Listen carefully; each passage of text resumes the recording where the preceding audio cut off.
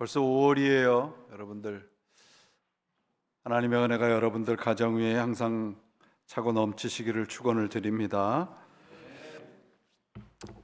여러분들은 그 공부들을 다 잘하셨으리라 생각을 하는데, 어떤 그 가정에 그 초등학교 학생이 있었는데 공부를 참 못하는 아들이 있었어요.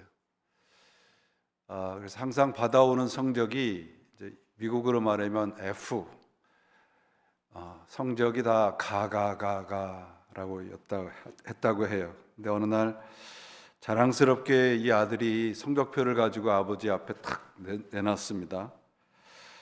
그래서 이놈이 왜 이러나 봤더니 다른 과목은 다 F인데 국어만 C를 받아온 겁니다. 그래서 한참을 성적표를 들여다보던 아버지가 그 칭찬을 기대하는 그 아들에게 이렇게 얘기하는 거예요. 아들아, 한 과목에만 집중하지 말아라. 그렇게 얘기를 했다고 합니다. 그 아버지의 그 고뇌가 느껴지는 부분이죠. 우리가 하우스라는 그 집이라는 히브리어 단어가 바이트라는 건데요. 이것은 가정이라는 의미도 있지만 또 다른 의미는 성전이라는 뜻을 가지고 있습니다. 우리의 가정이 하나님의 작은 성전이라는 것이죠. 우리 가정이 하나님의 작은 성전으로서의 의미를 가질 때 우리의 가정은 하나님 앞에 올바로 설 수가 있습니다. 그래서 제사법전인 우리 레위기에 보면 부모를 공양하라 이렇게 가르치지 않고 부모를 경외하라고 가르치고 있습니다. 경외라는 단어는 하나님에게만 사용하는 단어예요. 그러니까 우리 그 믿는 이들의 그리스도인들의 가정이 구원의 현장이고요. 서로가 서로에게 가족이 서로가 구원에 대해서 책임을 지는 관계입니다. 십계명의 5번째 계명이 내 부모를 공경하라는 계명이 있죠. 이 계명에 대한 그 설명이 신명기 16장 18절에서부터 18장 22절까지 기록이 되어 있는데요. 신명기 법전은 내 부모를 공경하라는 이 그 계명에 대한 해석을 단순히 그 한 가정의 부모의 역할에 지나는 것이 아니고요. 공동체의 재판관, 왕, 제사장, 예언자의 책임도 같이 갖는다고 말씀을 하고 있어요.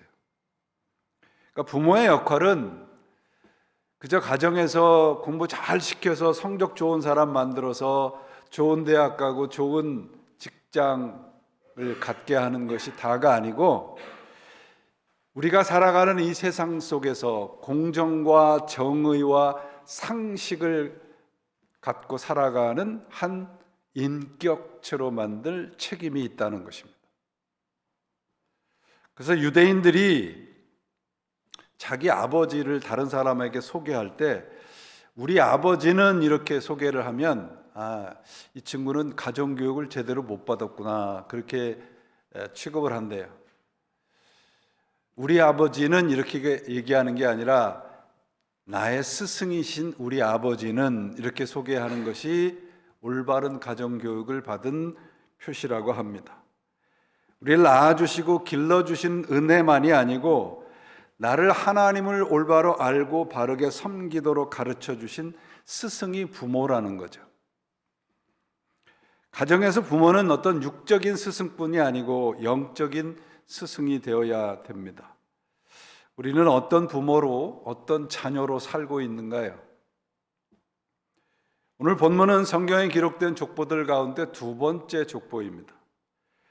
창세기 4장 16절에서 24절은 가인의 족보가 기록이 되어 있는데 그 세상적인 전형적인 족보죠. 그들이 한 업적과 세상에 자랑하고 싶은 것들 이런 것들만 가득 기록해 놓았습니다. 우리들의 족보들 가운데 이제 뭐 우리 집안은 왕족이고 뭐 양반이고 이런 족보죠. 반면에 오늘 본문의 족보는 아담 자손의 계보라고 되어 있습니다. 정확하게 말하면 셋세 가문의 족보입니다. 아담이 낳은 장남은 가인인데, 가인이 이제 하나님 앞에 범죄를 한 후에 그 장남의 계보를 셋이 읽습니다. 법적으로는 가인이 장남이지만 실제로는 아벨을 계승한 셋이 장남이라는 거예요.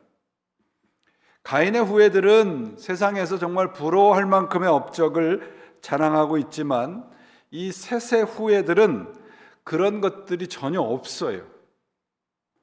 다만 그들의 족보의 시작을 오늘의 본문에 보면 하나님이 사람을 창조하실 때에 하나님의 모양대로 지으시되 이렇게 시작을 하고 있습니다. 그러니까 그들의 가정의 시작을 하나님으로 두고 있고요, 그 가정의 목적지가 하나님으로 두고 있습니다. 인생의 시작과 목적이 하나님이라는 고백이죠. 세상 사람들은 세상에서 성취한 것들을 자랑하는 것을 업적으로 생각을 하고 족보라는 것에 기록을 하지만 믿음의 가정은 하나님을 자랑한다는 것입니다. 하나님의 축복이 세상적인 성공보다 우선한다는 것이죠. 아담에서부터 노아까지가 10 제너레이션이에요. 이 아담의 그 족보에 기록된 사람들이 아담의 가문의 모든 사람들의 계보가 아닙니다. 믿음의 가정들만 기록해 놓았어요. 여기에 기록된 사람들이 살았던 그 삶의 횟수를 계산하면 인류의 역사가 8575년밖에 되지 않아요. 그래서 어떤 사람들은 문자적으로 그렇게 해석을 합니다. 그런데 하나님을 경외하지 않는 사람들은 여기에 기록하지 않았습니다. 이 족보는 가문의 역사나 업적을 기록한 것이 아닙니다.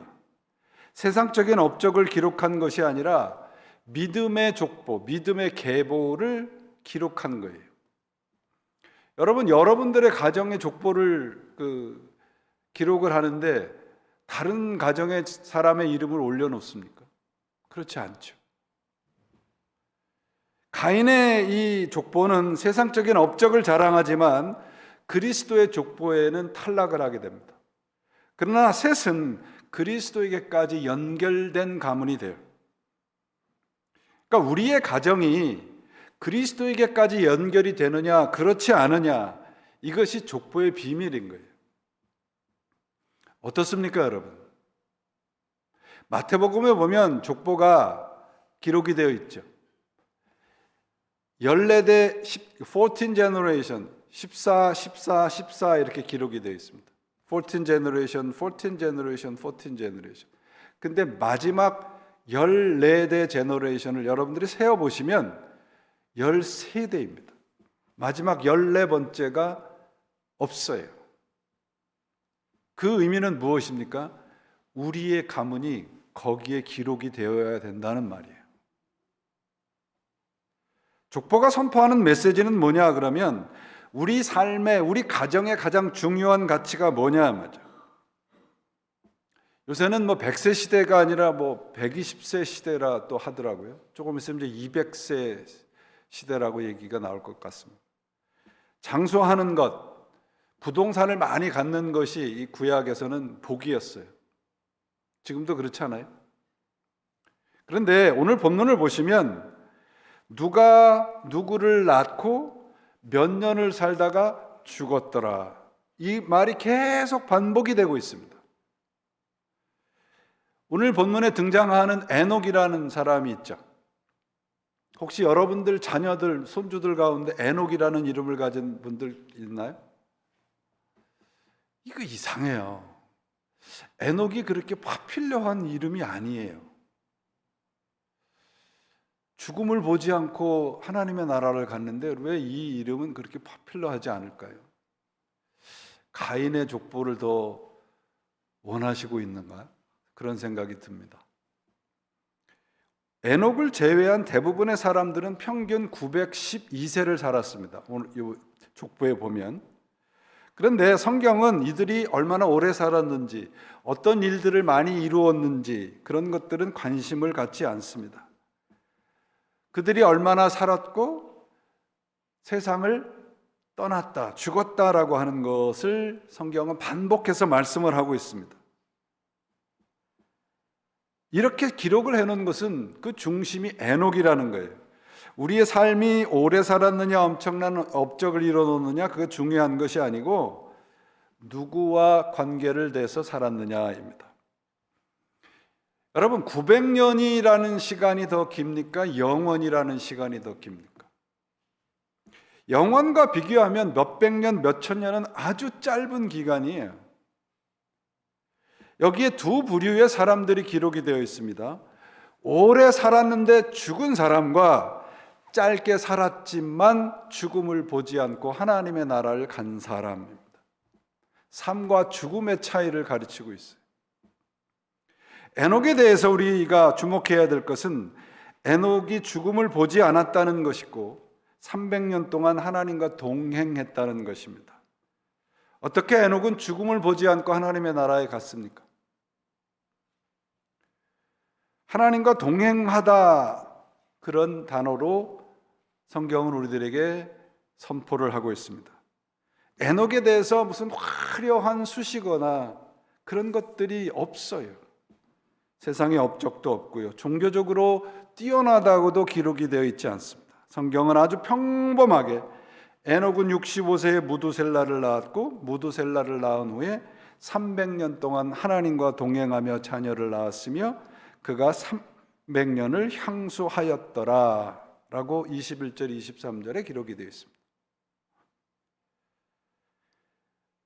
오늘 이 족보에 이 기록이 된 사람들의 그 연수를 보면 에녹은 365세를 살았잖아요. 그것과 비교해 보면, 다른 사람들과 비교해 보면 오늘날로 말하면 에녹은 30대의 세상을 떠난 겁니다. 에녹이 이 족보에 보면 7번째 가정이에요. 그리고 365년을 살았다고 되어 있습니다. 7은 완전 숫자죠. 365라는 것은 1년을 가리키는 뜻이기도 하지만 always, 항상, 변함없이라는 뜻입니다. 에녹의 삶 전체가 항상 변함없이 하나님과 동행하며 살았다라고 우리들에게 가르치고 있습니다. 성경은 하나님도 인정할 만큼 에녹을 하나님의 사람으로 기록을 하고 있고요, 히브리서에 보면 하나님을 기쁘시게 하는 삶을 살았다고 되어 있습니다. 오늘 제가 가정에 대한 얘기를 하는데, 제가 다음 주, 다다음 주 그 교회에 참석을 못합니다. 그래서 어머니 주일 설교를 준비해 놓은 거를 조금 오늘 앞당겨서 조금 더 여러분들에게 하려고 해요. 여러분, 어머니 주일 하면 어떤 생각이 가장 많이 드세요?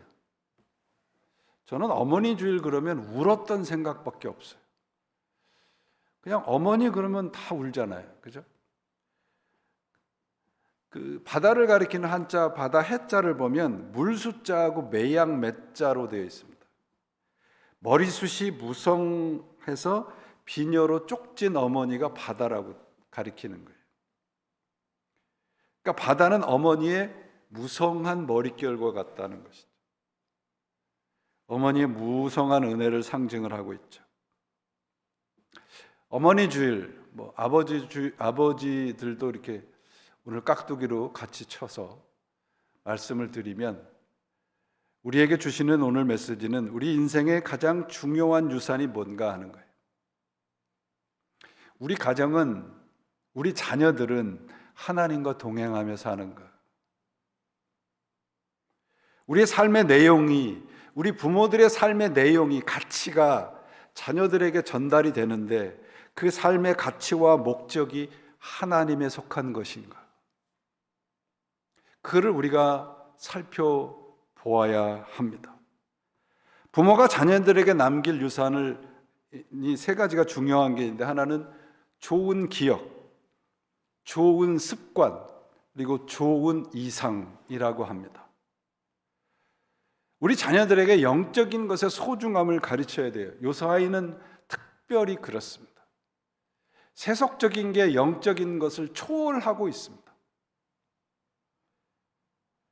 그래서 유대의 이 부모들의 책임은 뭐냐 하면 신앙의 기억을 전달해 주는 역할이래요. 부모는 신앙의 기억의 통로요 전달자이어야 한다는 것입니다. 잠언서에 보면 좋은 부모에 대해서 이렇게 가르쳐요. 진리를 사들이되 팔지도 말고 지혜와 훈계와 명철도 그렇게 하여라. 참된 진리가 무엇인지, 참된 삶이 무엇인지를 알기 위해서는 대가를 지불할 줄 알아야 된다는 거예요. 부모가 헌신하고 믿음으로 자녀들을 가르치는 것은 그것은 반드시 치러야 되는 대가라는 말입니다. 하나님과 동행하는 가정이 된다는 것은 일시적인 어떤 결단이나 감정적인 뜨거움으로 되지 않아요. 우리가 항상 데일리 라이프, 매일매일 일상을 하나님과 같은 보폭으로 살아야 우리 자녀들이 그것을 보고 배웁니다. 아무리 좋은 교회를 다니고 아무리 좋은 교육 기관에 맡겨도 부모가 하나님의 뜻대로 살지 않으면 절대 자녀들은 하나님의 뜻대로 살지 못합니다. 지루할 만큼 매일매일 똑같은 일들이 반복이 되는 것이 우리 일상인데 그 반복된 지루한 일상 속에서 하나님과 함께 살아야 되는 그 일상의 삶을 보여줄 책임이 부모들에게 있습니다. 여러분, 강아지 키우시는 분들 많죠? 강아지가 훈련이 잘 됐느냐 안 됐느냐를 살펴보는 기준이 있다 해요. 그건 뭐냐면 산책을 하러 나갈 때 지멋대로 가고 주인을 앞에 서서 끌고 가는 강아지는 훈련이 안 된 강아지래요. 훈련이 잘 된 강아지는 항상 주인 옆에서 보폭을 맞춰서 걸어간답니다. 우리는 어떻습니까? 하나님과 보폭을 같이 하고 걷고 있습니까? 주인과 같은 보폭으로 걷는 것이 동행이에요.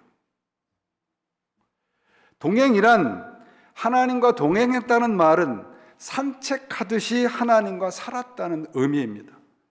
초조해하지도 않고 두려워해하지도 않고 급하지도 않고 하루하루의 삶을 하나님과 보조를 맞추고 살았다는 것이 동행하는 삶입니다.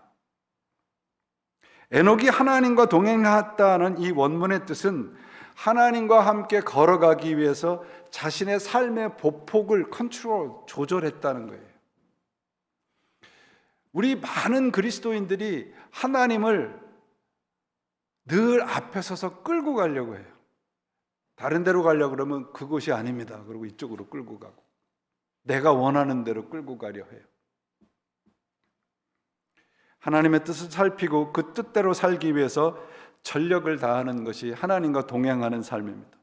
여러분, 우리 가정들이, 여러분들의 자녀들이 지금까지 어떻게 살았는지는 상관없습니다. 그러나 우리가 하나님과 동행하는 가정으로 우리 그리스도인들의 가정이 살아가게 되시기를 바랍니다.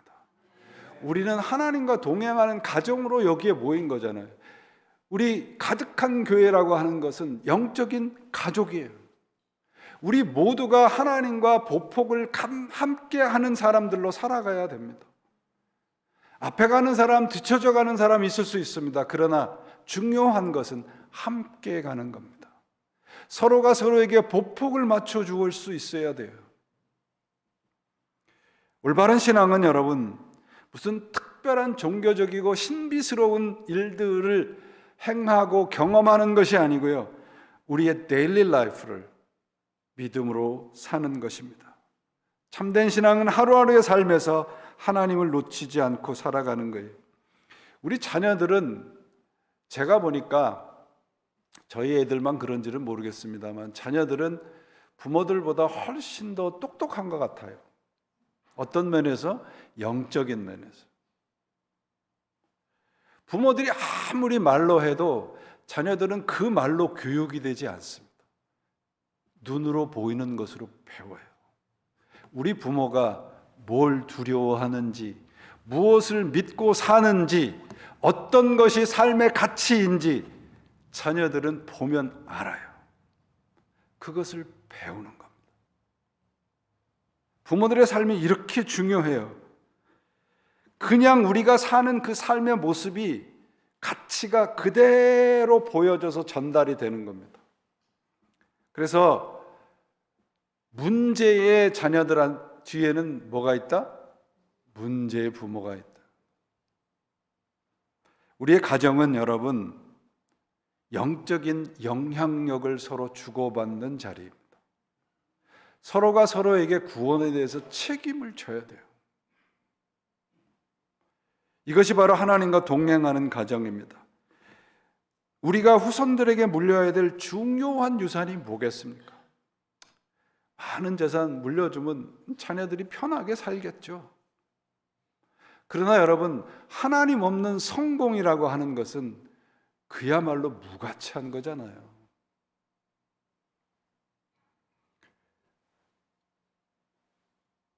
한 가정에 대한 말씀을 드립니다. 춘천에 있는 한 가정의 이야기인데요. 춘천에 도장을 파는 것을 업으로 삼고 살아가는 사람이 있습니다. 그분은 태어날 때부터 잘 걷지 못하는 불구였습니다. 그래서 어렵사리 도장 파는 일을 배우고 일터를 마련해서 열심히 일을 했습니다. 그리고 자녀를 키웠습니다. 그런데 어느 날 화재가 났습니다. 그래서 유일하게 사용할 수 있는 손까지 다 녹아버리고 말았습니다. 절망 가운데 있었는데 그분을 이렇게 세워준 것은 가족이었습니다. 여전히 그의 손길을 필요로 하는 아이들 생각에 그는 몸과 마음을 추스리고 다시 일어섰습니다. 그리고 다시 일상으로 돌아왔습니다. 어느 날 그의 사정을 누구보다 잘 아는 그 다니는 교회 목사님이 도장 하나를 파려고 그를 찾아왔습니다. 그 목사님을 보고 이분이 반가워하면서 중학교 2학년짜리 딸 자랑을 하는 거예요. 며칠 전에 딸이 학교에서 장학금을 받아와서 그 아버지 앞에 이렇게 놓은 거예요.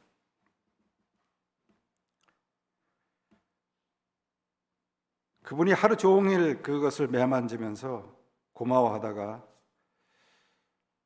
학교에서 돌아온 딸에게 그 장학금 봉투를 내밀면서 이렇게 말했습니다. 하루 종일 아빠가 고마워하면서 만졌단다. 아빠의 마음속에는 이보다 더 많은 돈이 스며들었으니 이제 내가 가지고 네가 필요한 대로 사고 필요한 것을 샀으면 마음대로 썼으면 좋겠다.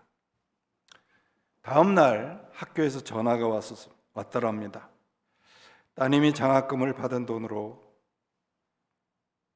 도로 가지고 왔습니다. 자기보다 더 어려운 아이들에게 전해달라고 하면서요.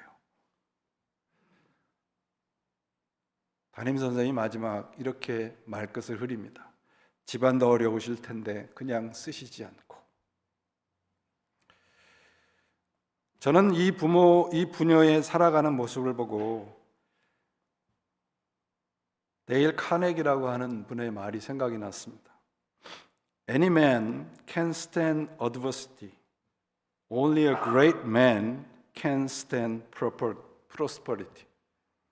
누구나 역경을 견딜 수는 있다. 그러나 오직 위대한 사람만이 번영 속에서 견뎌낸다. 여러분, 저는 하나님과 동행하는 가정이 이런 가정이라는 생각을 합니다. 세상은 많은 것을 가지고 많은 것을 누리는 것을 가치와 목적을 갖고 살아간다 합니다.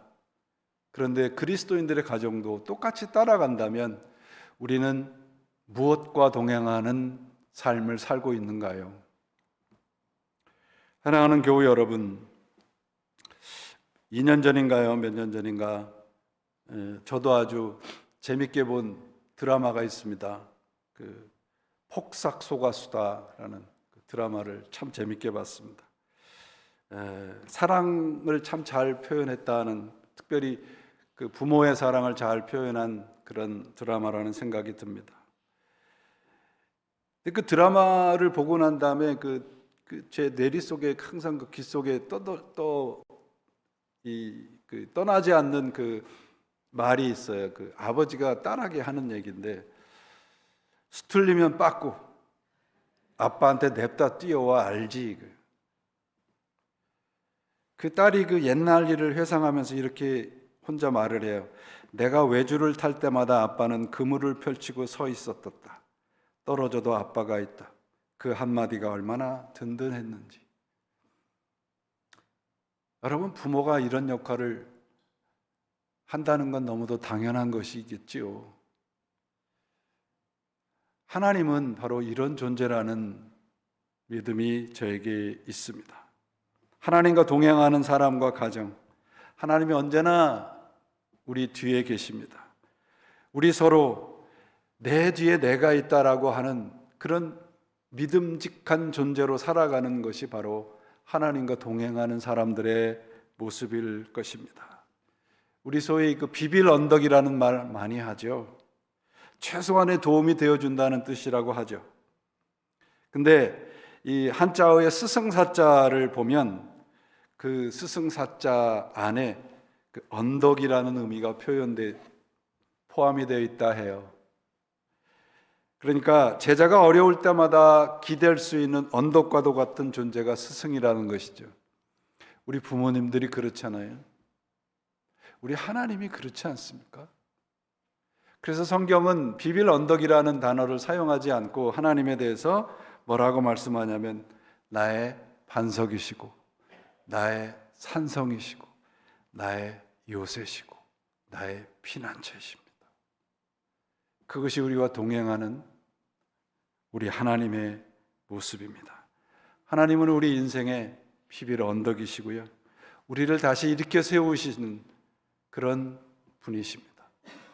여러분, 우리 가정에 우리가 믿는 하나님이 이런 하나님이라고 한다면 우리는 영원히 그분과 동행하며 살 수 있지 않겠습니까?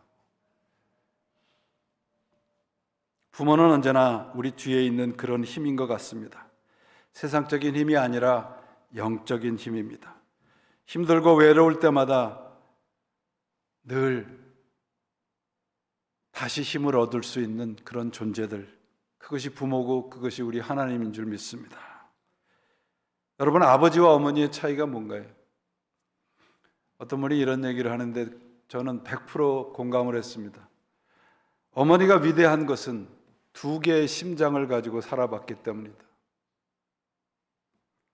어머니는 두 개의 심장을 갖고 살아가죠. 내 심장 하나, 자녀의 심장 하나. 그 어머니의 믿음은, 그래서 그 부모의 믿음은 자녀들의 영혼들 깊은 곳까지 스며들어 갑니다. 그러면 아버지는 어떤가요? 시인 정호승 씨의 그 못이라는 그런 시가 있는데 거기에 아버지의 모습을 이렇게 얘기해요. 이 시인은 벽에서 빼낸 구부러진 녹슨 못에서 늙은 아버지의 모습을 봅니다. 아버지도 한때 벽에 박혀 녹이 슬도록 모든 무게를 견뎌냈으나 벽을 빠져나오면서 그만 구부러진 못이 되었다. 우리 부모님들은 우리를 견딜 수 있는 힘이잖아요. 그죠? 우리 자녀들도 우리 부모들이 견딜 수 있는 힘인 줄 믿습니다.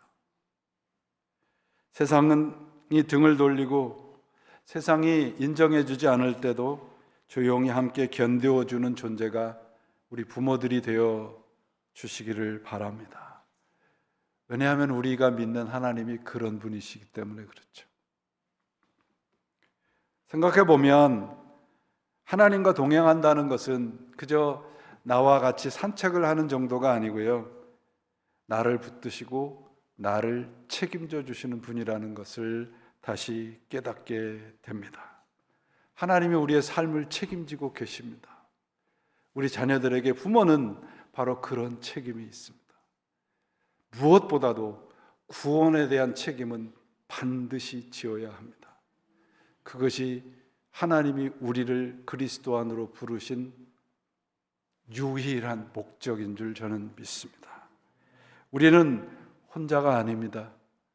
우리에게는 부모님이 계시고요, 우리들에게는 자녀들도 있고요, 무엇보다도 하나님이 계십니다. 에녹처럼 평생 하나님과 보폭을 맞추시고 걸어가시는 여러분들의 가정이 되시기를 바랍니다. 그리고 자녀들에게도 그런 하나님과 동행하는 삶을 살도록 항상 가르치시고 깨우치게 하시고 그들과 동행하셔서 언제나 여러분 모두의 가정이 하나님이 함께 걸어가시고 책임지시는 하나님의 동행하는 가정들이 되시기를 우리 주 예수 그리스도의 이름으로 축원을 드립니다. 기도하시겠습니다. 하나님, 감사합니다. 저희들에게 영적인 육적인 스승이신 부모님을 주신 것도 감사합니다. 또 우리들에게 자녀들도 주신 것도 감사합니다. 가정을 주신 것은 더욱더 감사합니다. 우리의 가정이 하나님을 사랑하고 하나님과 걸어가고 하나님을 믿고 의지하는 귀한 가정들이 되게 역사해 주시옵소서. 세상 의지하지 않게 하시고 하나님만 의지하는 우리 모두가 되게 하셔서 자자 손손이 영원토록 하나님과 동행하는 모든 성도들의 가정 되게 인도해 주옵소서. 우리 주 예수 그리스도 이름으로 감사하며 기도합니다. 아멘.